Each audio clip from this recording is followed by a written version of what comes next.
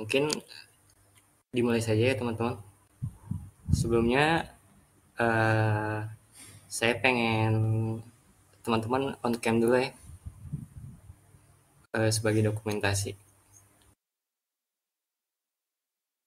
Mungkin sebentar dibuka dulu kameranya teman-teman. Ada di bawah objek.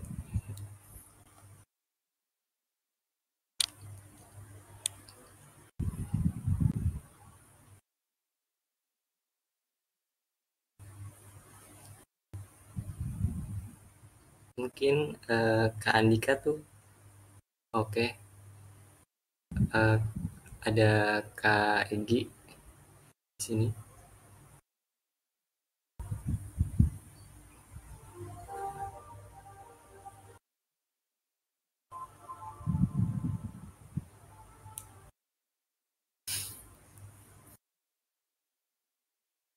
Apakah ada yang mau nyalain lagi kameranya?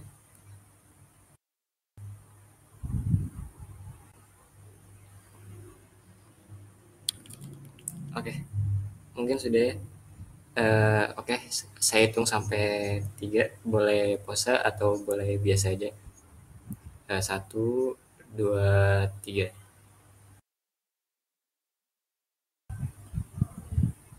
Oke, satu kali lagi ya buat backup. 1, 2, 3. Oke, terima kasih sebelumnya. Boleh off cam lagi.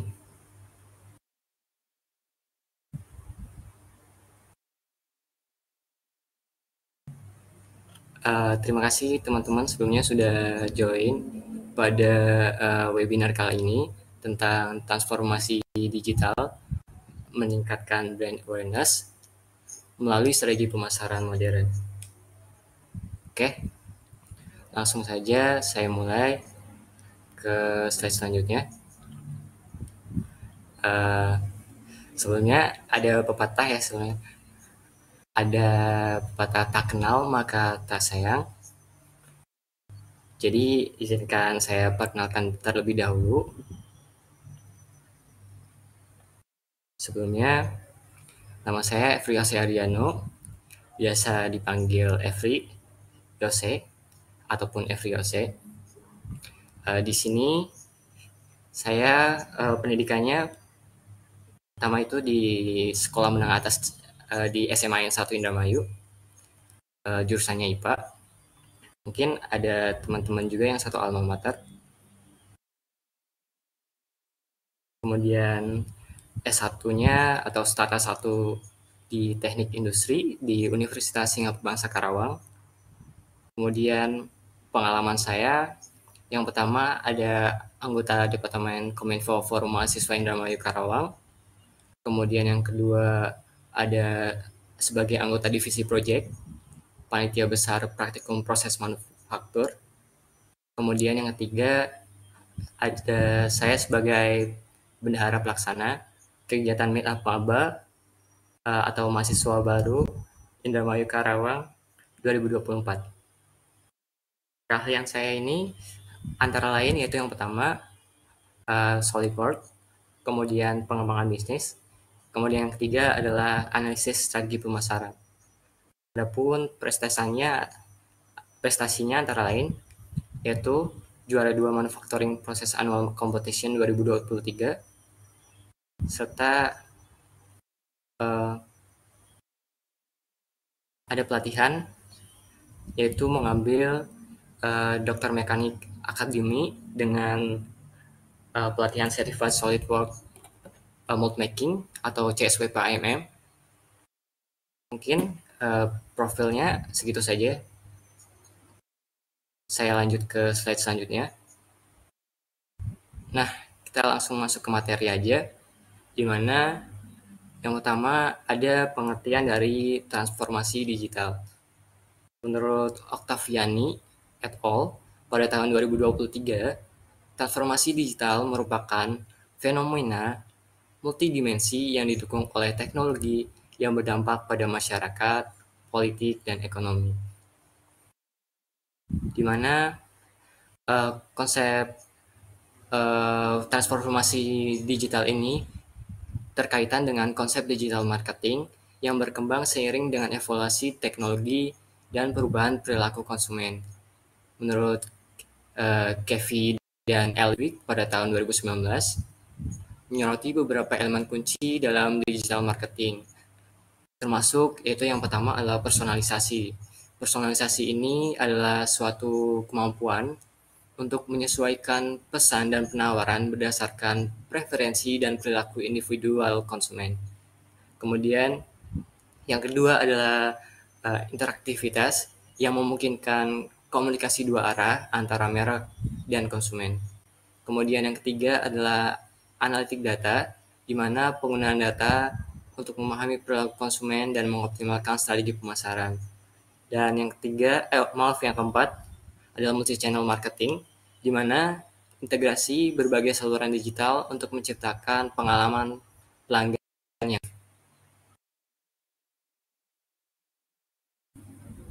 Kemudian slide selanjutnya adalah latar belakang, di mana yang pertama adalah konteks digital marketing era 4.0.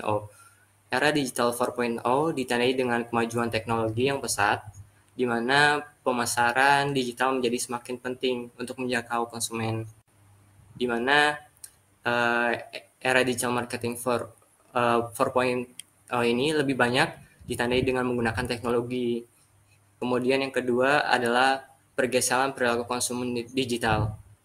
Konsumen kini lebih terhubung secara online, mencari informasi, produk melalui internet, dan media sosial sebelum membuat keputusan pembelian.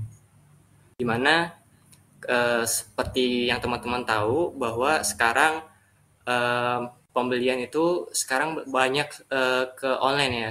Misalnya kayak lebih ke e-commerce gitu untuk pembelian barang daripada pembelian di pasar, karena di online ini lebih menghemat waktu, menghemat tenaga dibandingkan kita membeli langsung ataupun membeli langsung di offline. Kemudian yang ketiga adalah urgensi adaptasi strategi pemasaran, di mana urgensi adaptasi strategi pemasaran ini perusahaan perlu beradaptasi dengan perubahan untuk tetap relevan dan kompetitif di pasar. Kemudian selanjutnya ada konsep digital 4.0, di mana digital marketing terus berkembang seiring dengan kemajuan teknologi. Adapun beberapa elemen kunci dalam digital marketing, yaitu yang pertama ada search engine optimization atau SEO, di mana teknik ini untuk meningkatkan visibilitas situs web dalam hasil pencarian mesin telusur. Kemudian yang kedua ada content marketing, di mana menurut Pulzi pada tahun 2014, di mana mendefinisikan content marketing sebagai pendekatan strategis yang berfokus pada penciptaan dan distribusi konten yang berharga, relevan, dan konsisten untuk menarik dan mempertahankan audiens yang ditargetkan. Kemudian yang ketiga adalah social media marketing, di mana penggunaan kegiatan pemasaran pada platform media sosial untuk berinteraksi dengan pelanggan dan mempromosikan merek. Itu menurut Tuten dan Solomon pada tahun 2018. Kemudian ada email marketing, di mana pengiriman pesan komersial melalui email kepada sekelompok orang, menurut Mullen dan Daniels pada tahun 2011. Email marketing ini biasanya advertisement ya, biasanya kayak iklan-iklan promosi kayak ruang guru, ada diskon persen gitu, pakai kode ini atau pokoknya kode Jabar Juara atau apa gitu. Pokoknya masukin kode itu merupakan salah satu email marketing. Kemudian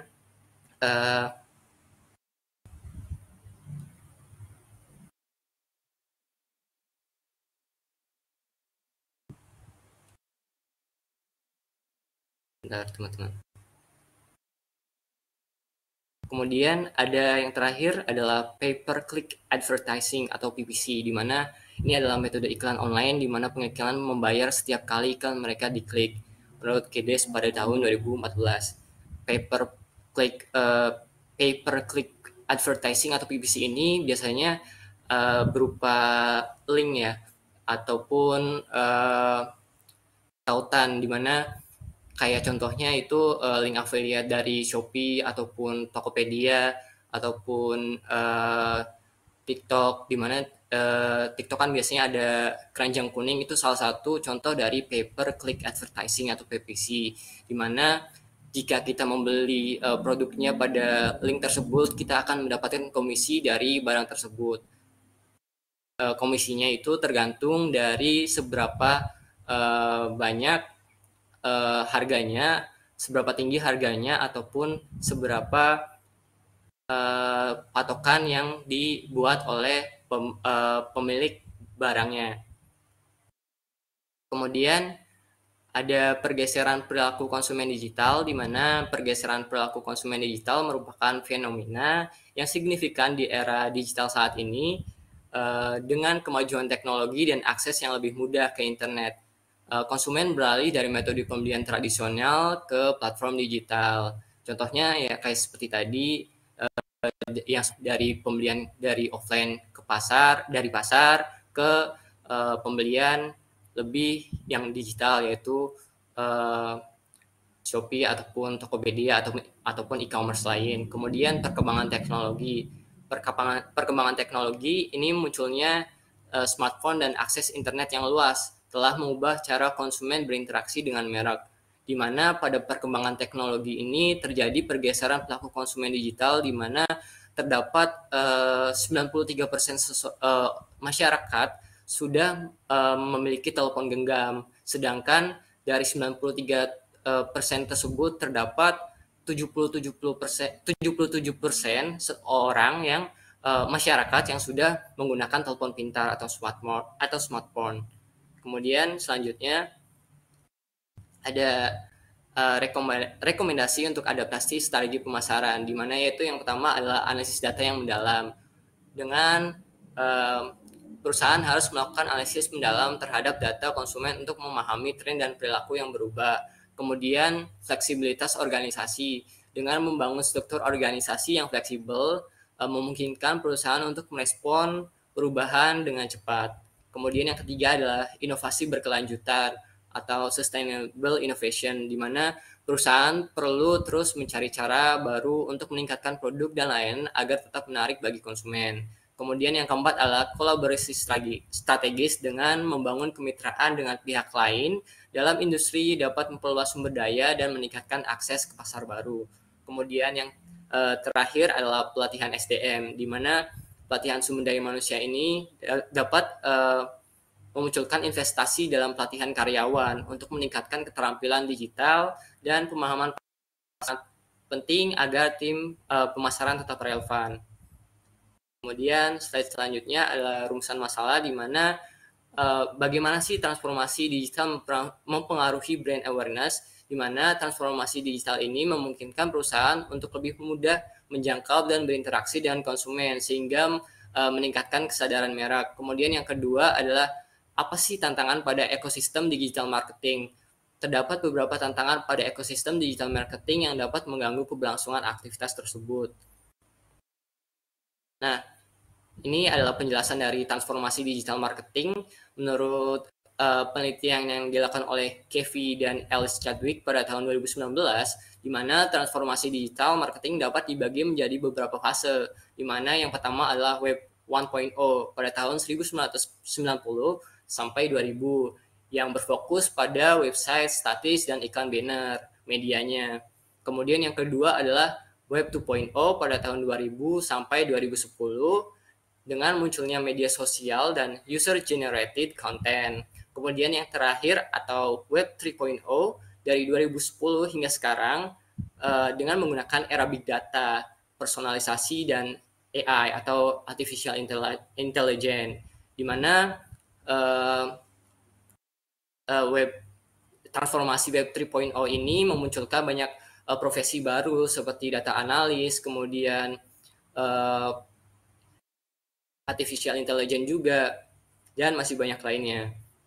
Kemudian penjelasan dari marketing 1.0.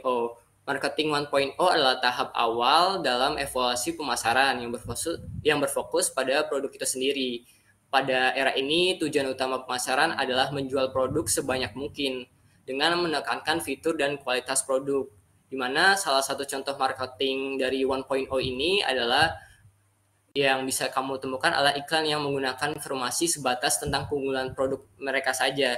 Contohnya adalah IKEA tersebut, di mana IKEA tersebut pada gambar tersebut dia menekankan pada berfokus pada barang yang dijual dan mengheadline pada harga terendah untuk Anda. Berarti barang tersebut hanya berfokus pada barangnya saja. Kemudian contoh lainnya adalah fitur terbarunya. Kemudian yang kedua adalah marketing 2.0. Marketing 2.0 adalah tahap evaluasi pemasaran yang berfokus pada pemahaman dan pemenuhan kebutuhan serta keinginan konsumen. Berbeda dengan marketing 1.0 yang lebih menekankan pada produk itu sendiri. Marketing 2.0 mengedepankan hubungan antara merek dan konsumen dengan memperhatikan perilaku serta manfaat yang diperoleh oleh konsumen. Jadi kalau marketing 2.0 ini lebih fokus pada perilaku konsumen itu sendiri, di mana contohnya adalah Oreo, di mana mereka salah satu merek biskuit terkenal yang diproduksi oleh Mondelez International, yang merupakan contoh yang sangat baik dalam penerapan strategi marketing 2.0. Berikut adalah beberapa cara di mana Oreo berhasil memfokuskan pemasaran mereka pada perilaku dan manfaat konsumen.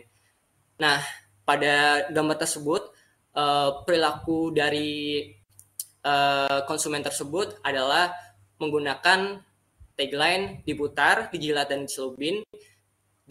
Itu adalah salah satu contoh strategi marketing 2.0 yang mengedepankan fokus pada perilaku konsumen tersendiri. Kemudian yang kedua ada Kopiko. Kopiko ini dapat dilihat pada gambar, ada tagline-nya gantinya ngopi, di mana kalau kopi itu biasanya kan sebuah produk ya, kalau ngopi ini sebuah kegiatan dari perilaku konsumen tersendiri. Jadi ini adalah salah satu menggunakan salah satu tagline yang sama seperti pada Oreo tadi, menggunakan tagline yang sama dengan marketing 2.0 yang berfokus pada perilaku manusia atau konsumen itu sendiri. Kemudian slide selanjutnya adalah marketing 3.0, di mana marketing 3.0 adalah tahap evaluasi pemasaran yang menekankan pentingnya memahami dan memenuhi kebutuhan serta aspirasi manusia secara holistik atau seperti representatif gitu, atau jadi manusia itu sendiri. Kayak marketing 3.0 ini memperhatikan nilai-nilai emosi dan keterlibatan sosial dalam interaksi antar merek dan pelanggan, di mana contohnya adalah Nike Air Jordan tidak hanya menjual sepatu, mereka juga menjual sebuah cerita dengan pengalaman melalui kampanye pemasaran yang kuat seperti Be Like Mike.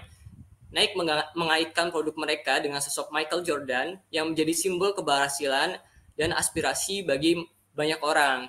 Keterlibatan emosional ini menciptakan loyalitas merek yang mendalam di kalangan penggemar. Maksudnya dari poin ini adalah, jadi kalau kita beli produk ini nih, nanti kita bakal jadi siapa gitu. Jadi representatif seseorang tersebut pada produk tersebut gitu. Jadi kalau di sini kan Nike Air Jordan kan representatifnya dari Michael Jordan ya, seorang pebasket terkenal. Kemudian ada contoh lain juga, yaitu Cristiano Ronaldo, di mana dia juga mempunyai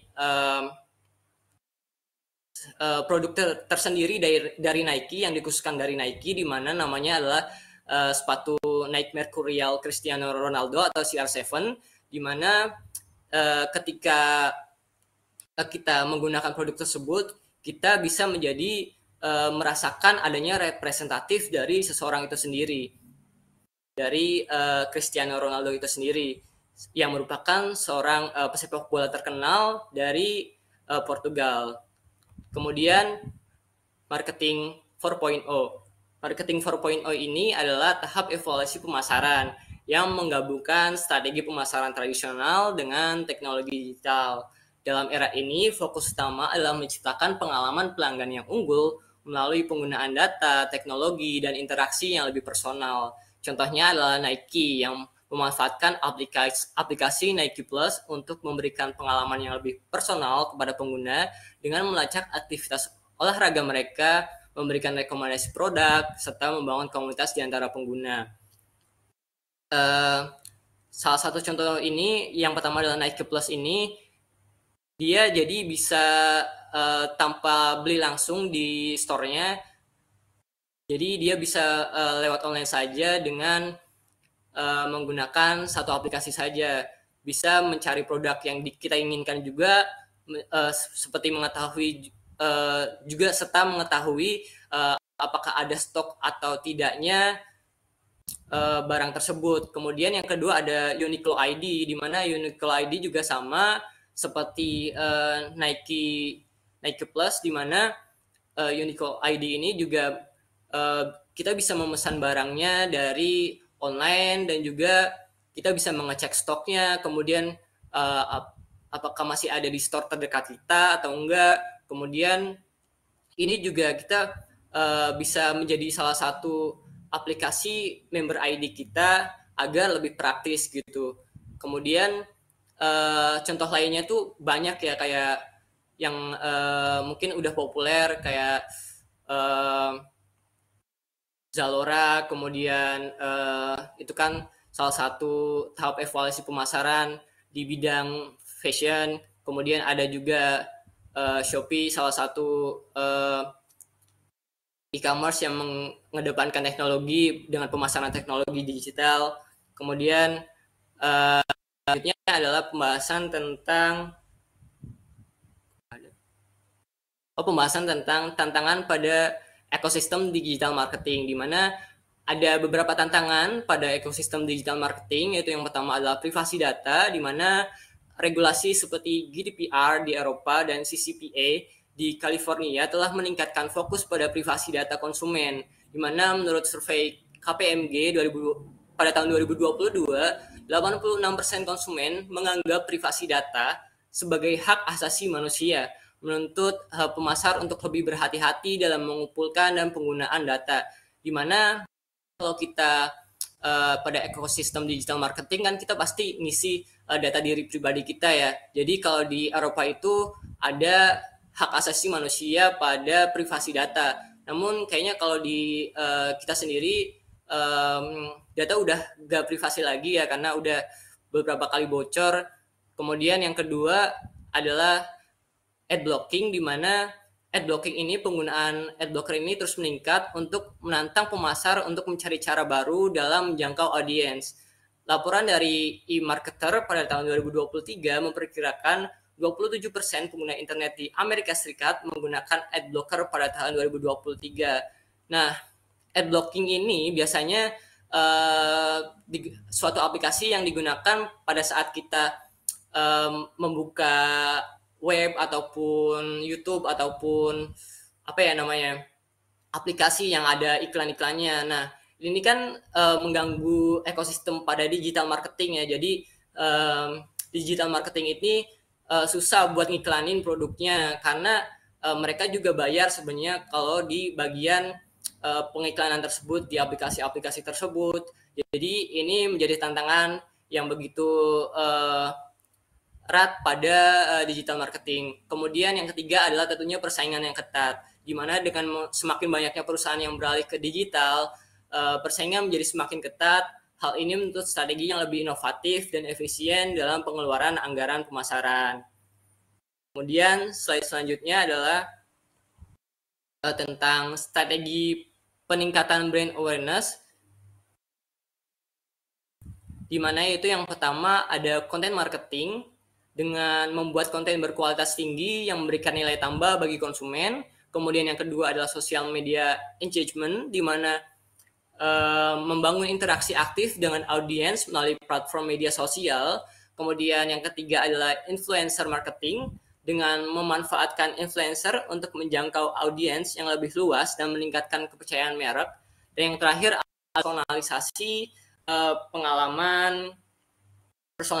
pengalaman dengan menyediakan pengalaman yang disesuaikan berdasarkan preferensi dan perilaku konsumen.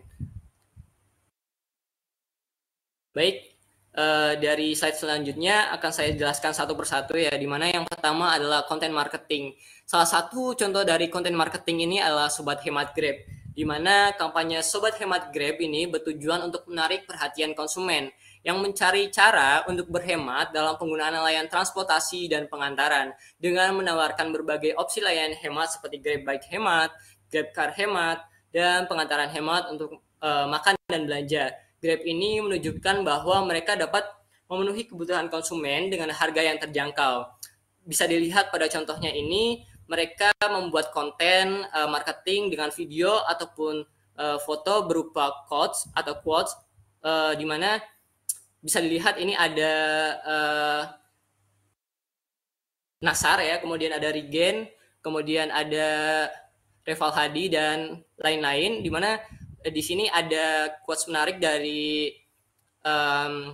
Nasar. Ini adalah salah satu pemancing ataupun penarik konten untuk mengiklankan produk mereka agar lebih dikenal halayak. Dimana di sini ada quotes-nya berbunyi, kata-katanya berbunyi, matiin lampu rumah tiap malam biar hemat listrik. Tetangga malah nanya, sering mati lampu ya sayang. Kemudian yang kedua ada Reval Hadi nih, ternyata untuk jadi lelaki idaman itu bukan hanya soal tampan katanya, tapi juga harus pinter hemat, ngatur pengeluaran. Tapi kalau kita lihat-lihat ya, sebenarnya ini tuh bukan Reval Hadi asli, kemudian bukan Nasar asli, dan juga Regen asli. Ini hanyalah seseorang yang mirip saja, teman-teman. Bisa dilihat di Zoom, ini bukan Nasar asli, ini hanya kembarannya saja, seseorang yang mirip. Dan juga ini juga bukan Reval Hadi yang asli, dimana strategi Grab ini sangat keren gitu, dimana mereka menghemat konten marketing mereka dengan membayar atau mengiklankan dengan sosok representatif yang mungkin budgetnya lebih rendah ya, karena mungkin ini bukan artis yang aslinya. Jadi ini bisa dicontoh bagi para perusahaan-perusahaan yang lainnya. Kemudian ada hasil kampanye dari Sobat Hemat tersebut, yaitu yang pertama adalah peningkatan brand awareness. Dengan kampanye Sobat Hemat berhasil meningkatkan kesadaran merek Grab di kalangan konsumen yang mencari solusi hemat. Kemudian yang kedua adalah engagement tinggi dengan aktivitas di media sosial menghasilkan tingkat keterlibatan yang tinggi dengan banyak pengguna yang berpartisipasi dalam kontes dan berbagai konten mereka. Kemudian yang ketiga adalah peningkatan penggunaan layanan. Setelah peluncuran kampanye, terjadi peningkatan signifikan dalam penggunaan layanan Grab Bike Hemat, dan Grab Car Hemat, menunjukkan bahwa konsumen tertarik pada penawaran hematan. Ini bukti bahwa konten marketing dari Grab Sobat Hemat tersebut berhasil dengan adanya peningkatan brand awareness, engagement tinggi, dan juga lainnya. Kemudian yang kedua adalah social media engagement. Social media engagement ini bisa berupa giveaway dan kontes, di mana salah satunya adalah Skintific, yaitu merek perawatan wajah yang mengadakan giveaway di media sosialnya. Penggunanya diminta untuk membagikan produk melalui Instagram Stories dan di akun Skintific, dan memberikan komentar pada postingan. Strategi ini tidak hanya meningkatkan engagement, tetapi juga memperluas jangkauan merek. Bisa dilihat pada postingan pada gambar sebelahnya ada postingan giveaway, di mana ini salah satu cara marketing juga agar produk kita dapat dikenal lebih luas dan memiliki pangsa pasar yang tinggi, di mana kita bisa lihat bahwa ada aturan di giveaway-nya. Yang pertama adalah suruh follow, kemudian suruh follow Skintific dan juga Skintific Official, di mana ini praktis akan menambah followers dari Skintific tersebut. Kemudian yang kedua, kita suruh like, save, dan share postingan. Tentunya dengan like dan save dan share postingan ini engagement kita akan lebih meningkat, dan juga ini menjadi ajang promosi gratis dikarenakan dengan share postingan tersebut lebih banyak tahu brand-brand scientific tersebut. Kemudian yang ketiga adalah dengan mengetek 5 teman dan komen produk scientific apa yang mau dimasukkan ke skincare fridge, dimana ini juga menyebabkan para seseorang dapat mengenal produk tersebut atau scientific tersebut dengan jangkauan yang lebih luas.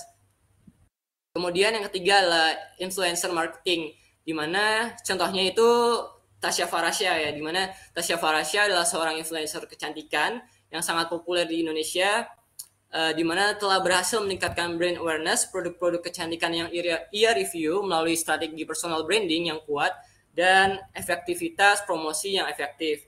Di mana beliau ini salah satu influencer yang dapat dipercaya ketika mereview skincare gitu. Beliau mempunyai mindset bahwa dan personal branding bahwa jika ingin mereview salah satu produk, maka beliau harus mengetesnya dulu selama beberapa minggu. Dari data yang saya dapatkan begitu. Kemudian beliau juga jika tidak cocok terhadap produknya, maka beliau tidak segan-segan untuk membatalkan kerjasama dari brand tersebut ataupun brand yang berkaitan. Kemudian salah satu tagline-nya adalah Tasya Farasya Approve, di mana Tasya Farasya Approve ini salah satu tagline beliau yang mengindikasikan bahwa skincare tersebut layak dan juga baik untuk dikonsumsi atau salah satu contohnya yaitu produk dari Something, di mana salah satunya adalah produk Something Calm Down Skin Repair Recover Cream, di mana ini adalah pelembab pagi dan malam dari Something yang sudah direview dan mendapatkan Tasya Farasya Approve dari Tasya Farasya. Nah, berdasarkan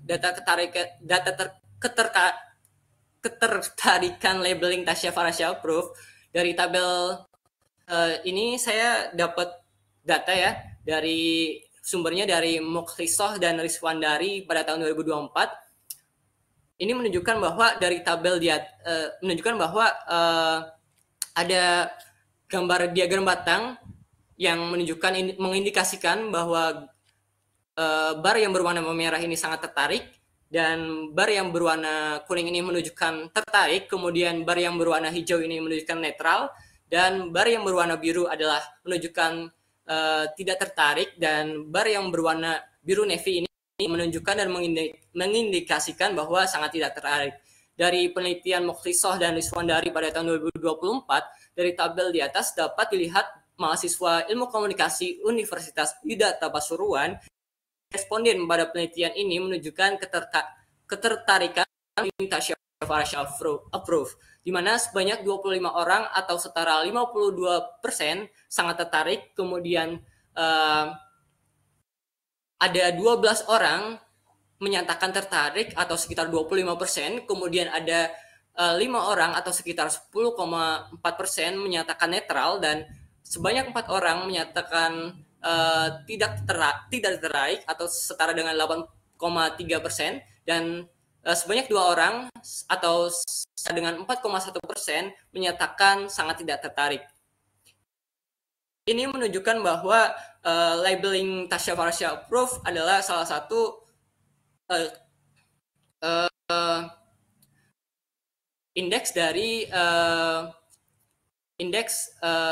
penjualan, indeks yang mengaruhi penjualan pada produk Something tersebut.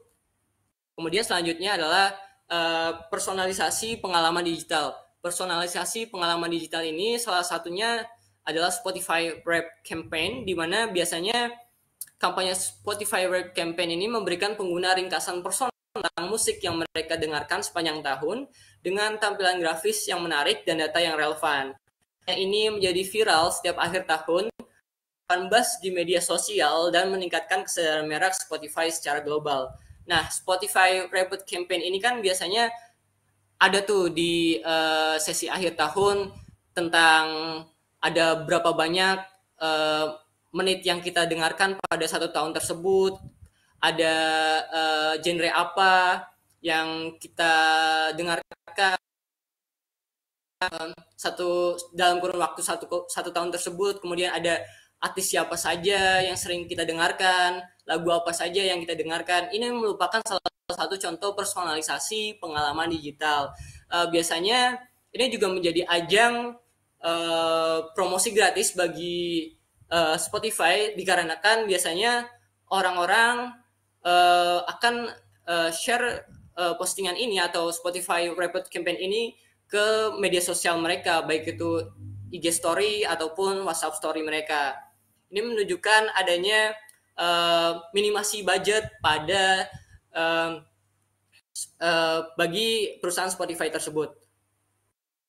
Nah, selanjutnya ada studi kasus tentang perang marketing Aqua dengan Lemon, di mana yang pertama adalah marketing 1.0, di mana ini bisa dilihat ya teman-teman bahwa marketing 1.0 ini lebih menekankan pada fungsi atau tujuan sendiri. Nah, pada Aqua mereka menekankan tagline 100% murni, sedangkan pada Mayora mungkin teman-teman juga udah pada tahu ya, mereka menekankan tagline ada manis-manisnya.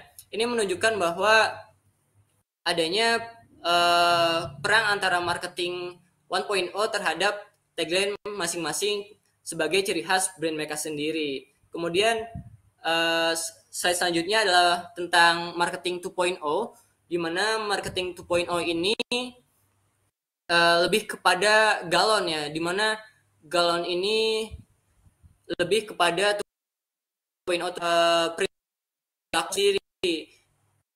Kan kalau sebelumnya itu kan hanya menggunakan botol yang terbatas ya, hanya 600 ml ataupun 1,5 liter gitu. Jadi dengan melihat perilaku orang-orang Indonesia yang mungkin nggak cukup dalam satu keluarga hanya setara dengan 600 ml atau 1,5 ml saja per hari. Jadi mereka membuat produk yang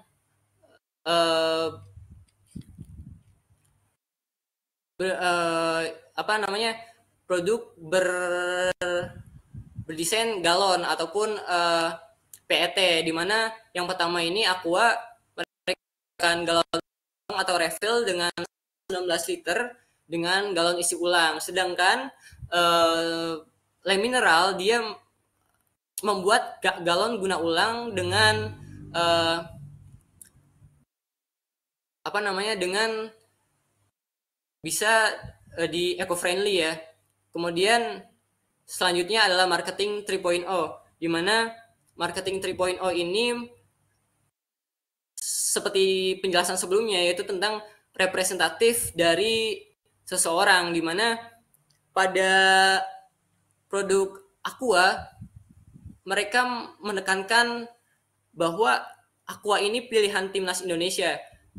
Nah, yang kedua ada dari Le Mineral, mereka lebih ke para pemainnya, seperti kayak pada gambar terlihat bahwa Hernando Ari pilih Le Mineral, kemudian Rizky Ridho pilih Le Mineral, kemudian Nathan Joaon kemudian pilih Le Mineral, dan juga yang di atas ini ada Rafael Strike pilih Le Mineral.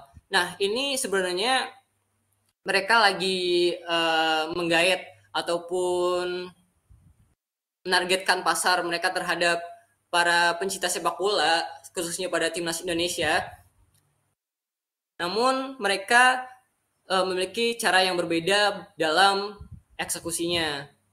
Nah, mungkin selanjutnya ada hasil dari marketing 1.0 tadi yang botol minum 600 ml ya, di mana pada survei Good Start bertajuk pola perilaku masyarakat saat Ramadan dan Idul Fitri mengungkap jajaran brand air mineral kemasan Indonesia saat berbuka puasa. Nah, hasilnya Le Mineral ini paling banyak dipilih dengan presentase 46,5%, sedangkan produk air mineral yang terkenal dengan slogan ada manis-manisnya itu jumlah brand air mineral, termasuk Aqua yang berada di posisi kedua dengan presentasi 30,9%. Di Kristalin dengan 6,5%, kemudian Nestle dengan 5% dan Fit dengan 3%. Ini saya ambil sumbernya dari Gustats pada tahun 2024. Kemudian ada hasil marketing dari 2.0 yang perang antara galon tersebut, di mana meski diterpa isu negatif campaign yang dilakukan oleh salah satu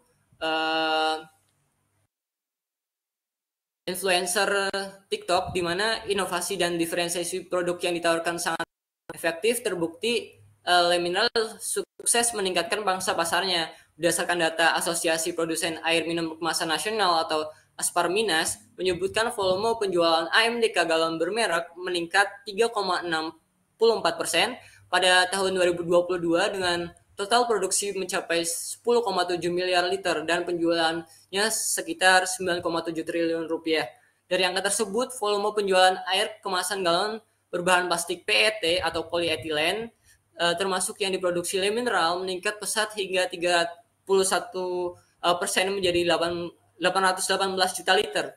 Meski secara keseluruhan pasar galon bermerek sekitar 60% masih dikuasai oleh Danone atau Aqua dengan volume penjualan 6,5 miliar liter.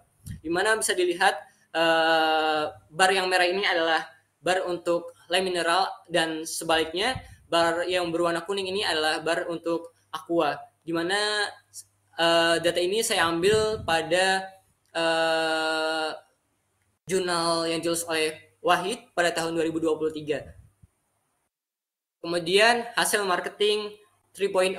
Berdasarkan hasil tersebut dapat disimpulkan, bisa dilihat ya, ini ada beberapa banyak banget konten TikTok yang khususnya mungkin cewek-cewek ya, khususnya cewek-cewek banyak yang ngumpulin label dari hasil botol bekas Le Mineral, di mana ada label Strike, di sini ada label Hernando Arli dan juga ada label Rizky Ridho.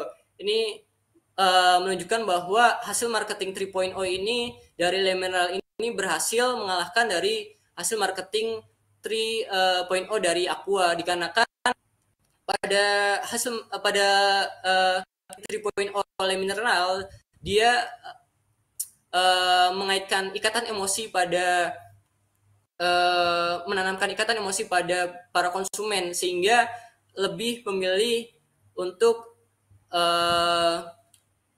personalnya daripada suatu organ tersebut. Dan ini sangat pada dunia marketing, di mana contoh lainnya adalah photocard yang biasa ada pada K-pop, yang pada produk Tango biasanya itu kan ada untuk dikumpulin para pencinta K-popnya ya. Jadi mereka berhasil menerapkan marketing 3.0 ini dibandingkan Aqua. Nah, berdasarkan hasil tersebut dapat disimpulkan Le Mineral berhasil memenangkan strategi marketing 3.0 dibandingkan pesaing kuatnya yaitu Aqua, di mana Le Mineral berhasil membangun ikatan emosi pada pelanggan yang tepat. Kemudian ada kesimpulan di mana dari studi kasus Aqua versus Le Mineral ini jelas bahwa transformasi digital sangat penting dalam membangun brand awareness dengan memperkuat yaitu personal branding, produk serta branding. Kalau di Apple ini personal brandingnya itu Steve Jobs, kalau produk brandingnya itu Apple-nya. Nah, kalau corporate brandingnya itu iPhone-nya. Itu salah satu cara memperkuat dengan personal branding, produk branding, serta corporate branding. Ini untuk menanamkan bahwa brand kita itu dapat diingat dapat diingat dengan baik oleh para konsumen. Dengan memanfaatkan teknologi juga secara digital, secara efektif, mereka dapat meningkatkan interaksi dengan konsumen, menyampaikan pesan dengan lebih baik, dan beradaptasi dengan perubahan pasar yang cepat. Hal ini menjadi faktor kunci dalam memenangkan persaingan di industri yang semakin kompetitif air mineral di Indonesia. Dan slide selanjutnya, nah mungkin ada kuis di sini untuk teman-teman semua.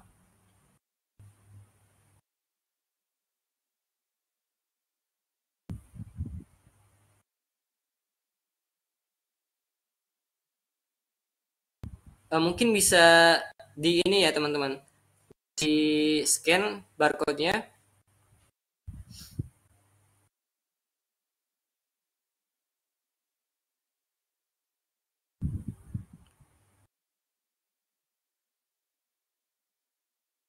Mungkin teman-teman dipersiapkan dulu device-nya.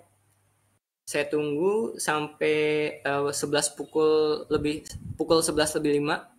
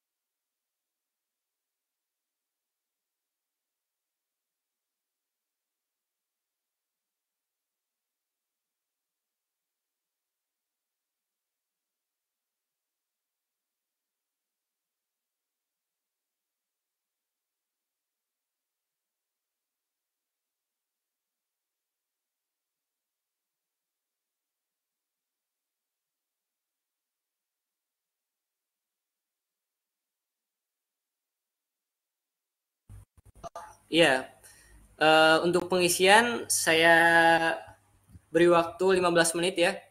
Dari 11.05 sampai 11.20. Mungkin boleh buat teman-teman diisi sekarang sampai saya tunggu sampai 11 lebih 20.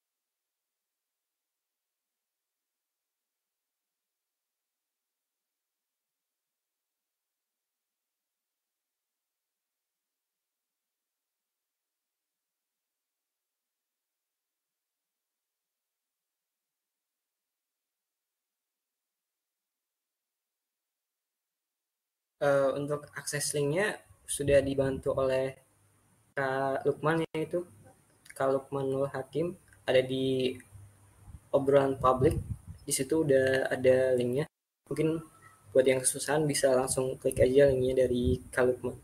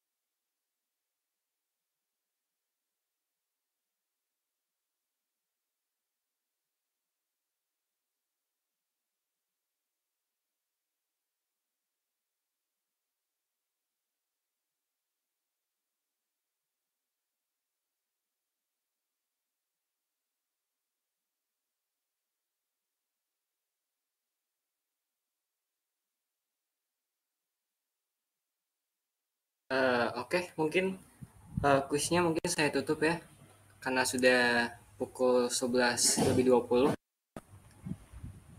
Sebelumnya ada pertanyaan dari Kak Lukmanul Hakim. Oke, izin bertanya, apakah materi akan di-share? Baik, sebentar saya akan cari linknya terlebih dahulu ya. Lewat saya share berupa link Canva-nya. Sebentar ya.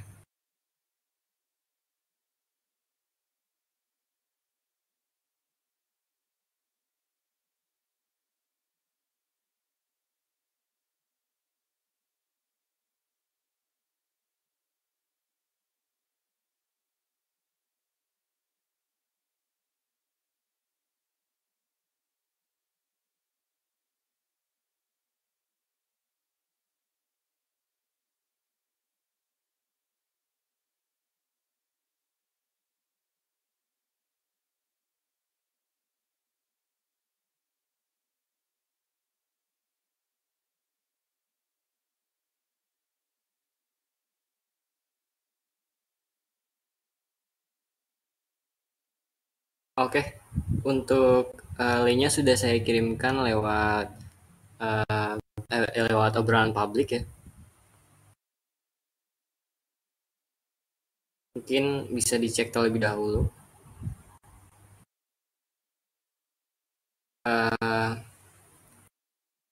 Oke, untuk sesi selanjutnya adalah sebelumnya jika ada pertanyaan mungkin saya hanya batasi 3 saja ya, karena sudah hampir 12. Jadi mungkin yang ingin bertanya boleh resen ataupun on open mic ya. Oke, boleh untuk maaf, untuk Kak Azri Sunata boleh langsung.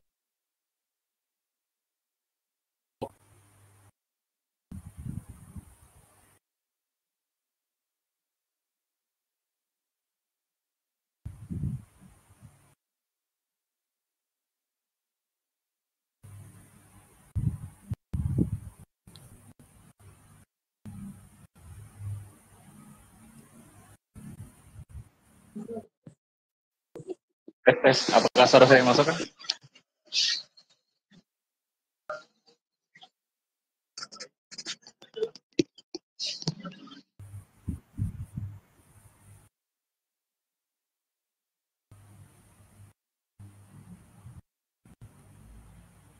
Mungkin kalau jika ada suara.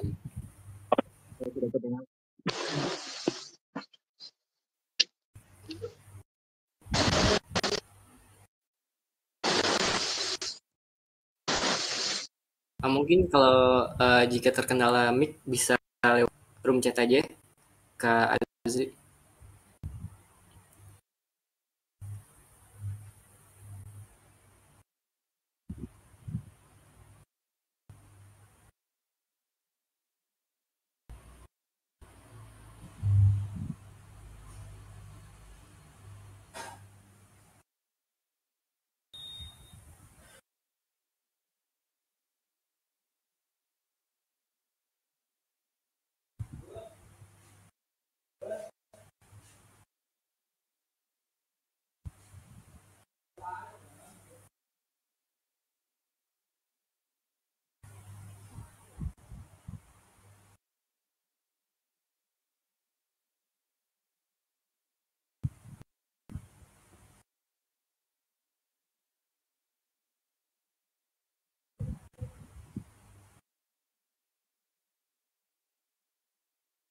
Oke, untuk Kak Azri udah ada pertanyaannya. Mungkin jika ada pertanyaan lagi boleh resen dulu ya. Saya tampung dulu pertanyaannya, kemudian saya jawab satu-satu. Apakah ada pertanyaan lagi dari teman-teman? Oke, Kak Guntur Putra Nur Priyanto, boleh open mic ataupun diusahakan open mic terlebih dahulu ya Kak, soalnya lebih baik open mic terlebih dahulu.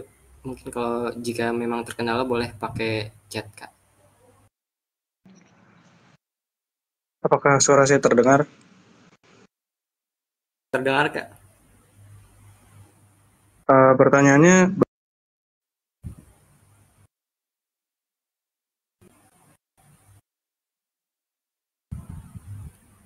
apa jelas pertanyaannya? Mohon maaf, Kak. Tadi terputus. Saya ulang ya. Kak. Bagaimana sih transformasi digital dapat meningkat?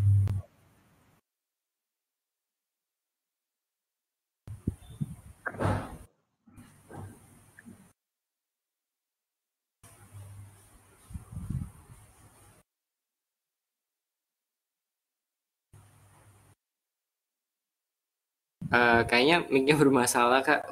Boleh coba chat lagi, putus soalnya.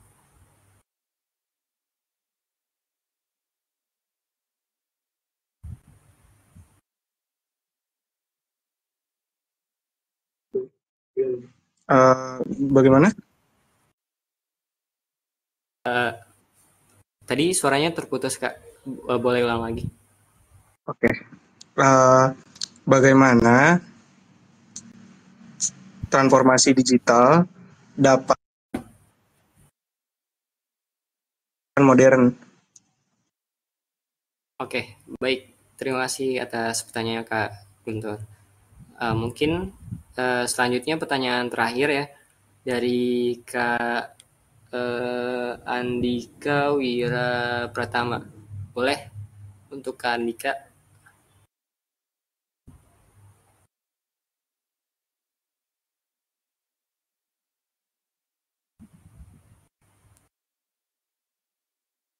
Boleh open mic.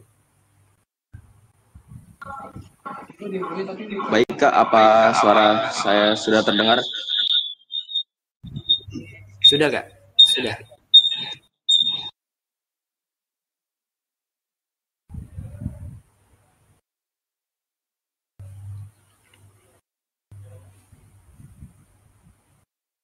Mati lagi, Kak, itu. Kalau mic-nya itu mati, Kak.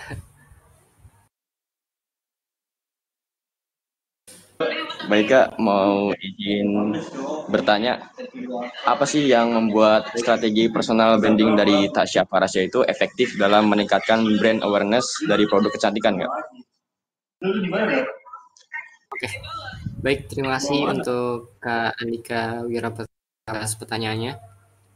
Mungkin saya jawab satu persatu ya. Pertanyaan dari Kak Sunata, di mana jelaskan perbedaan antara marketing 1.0, marketing 2.0, marketing 3.0, dan juga marketing 4.0.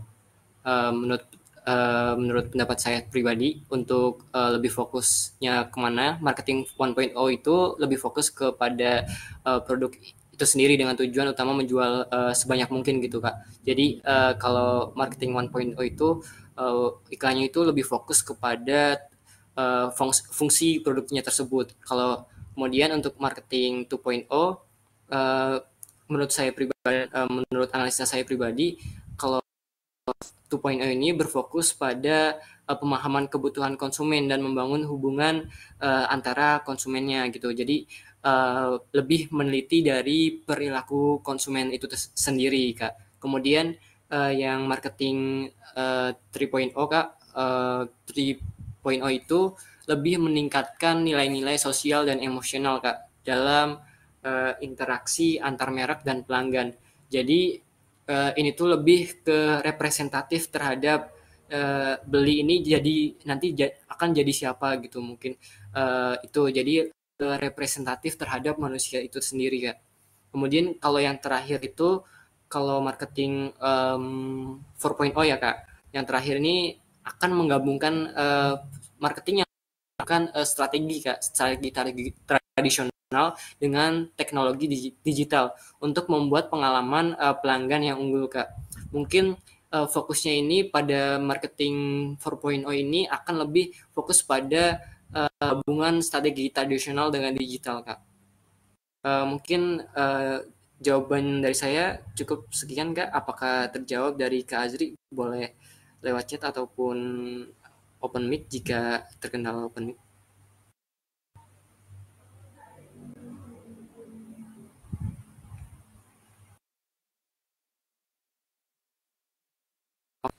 Sama-sama Kak.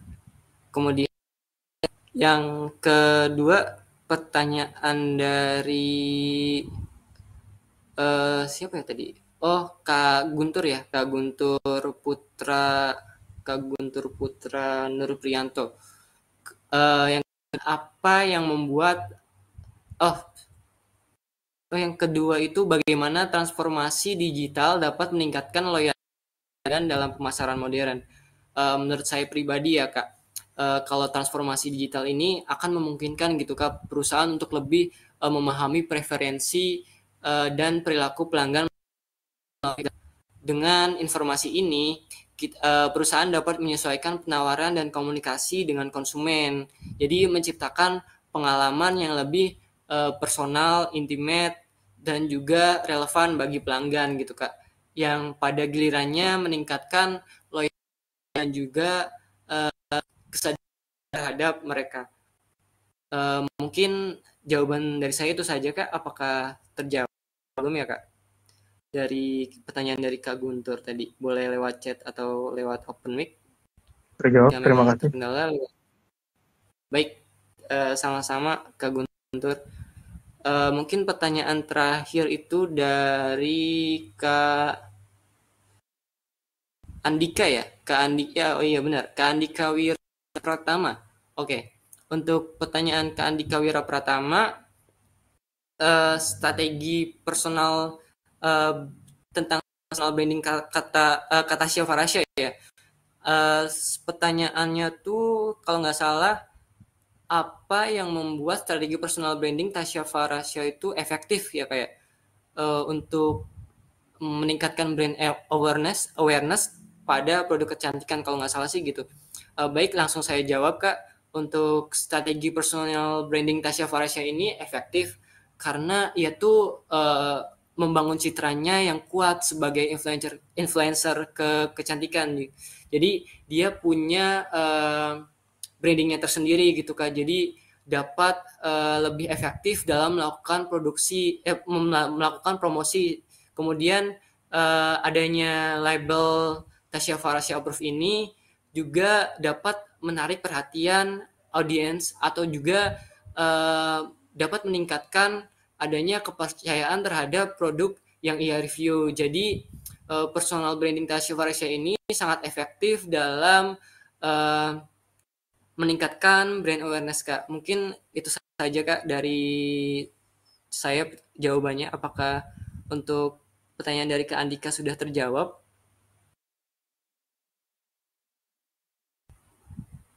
Baik Kak, sama-sama. Mungkin itu saja ya sesi tanya jawabnya. Mungkin saya cukupkan dikarenakan sudah ada 3 tanya jawab pertanyaan dari peserta. Jadi untuk sesi terakhir minta untuk teman-teman bisa menghidupkan kamera kembali untuk sebagai dokumentasi saya.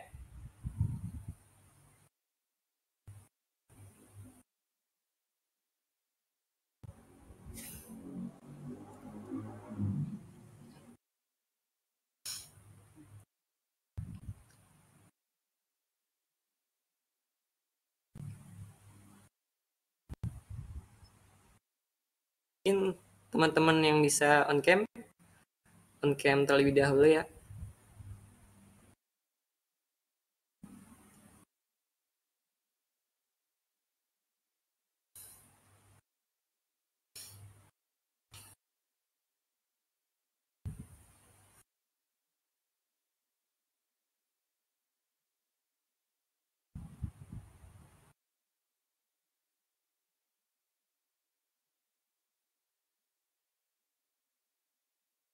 Kak, mungkin apa mau on cam?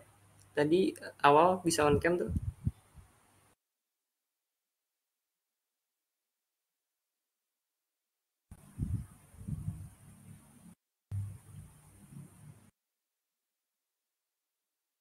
Kak Friska mungkin? Apa bisa on cam terlebih dahulu? Kak Jeremy, Kak Lukmanul Hakim, Kak Siti Saada, mungkin Kak sudah ya? Mungkin boleh on cam terlebih dahulu.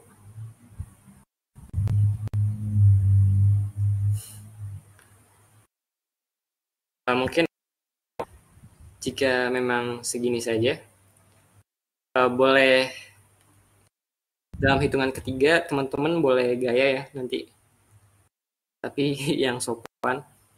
Oke, kita hitung dari 1, 2, 3. Oke, satu kali lagi ya teman-teman. 1, 2, 3.